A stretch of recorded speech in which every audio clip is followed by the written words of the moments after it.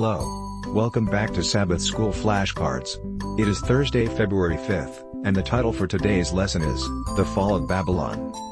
Read Daniel 5:29-31. Reading, Then commanded Belshazzar, and they clothed Daniel with scarlet, and put a chain of gold about his neck, and made a proclamation concerning him, that he should be the third ruler in the kingdom.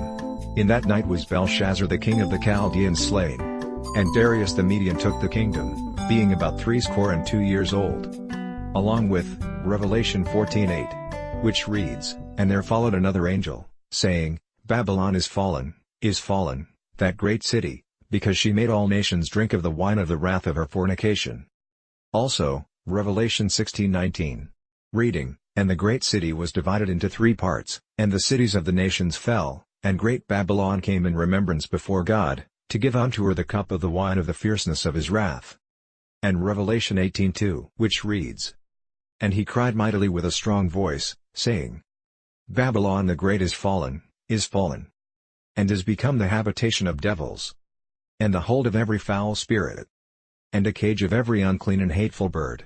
Now, what can we learn about the fall of Belshazzar's Babylon that points to the fall of end-time Babylon? Bring your answer to class on Sabbath. Whatever his faults, Belshazzar is a man of his word.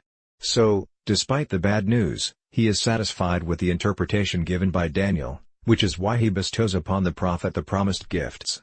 It appears that by admitting the truth of Daniel's message, the king implicitly recognizes the reality of Daniel's God. Interestingly, Daniel now accepts the gifts he has refused before, probably because such gifts can no longer influence his interpretation. Besides, at that point, such gifts are meaningless since the empire is about to fall. Thus, probably as a matter of courtesy, the prophet accepts the rewards, knowing all the while that he will be the third ruler of the kingdom for only a few hours. Exactly as announced by the prophet, Babylon falls. And it does so quickly, while the king and his courtiers drink, the city falls without a battle.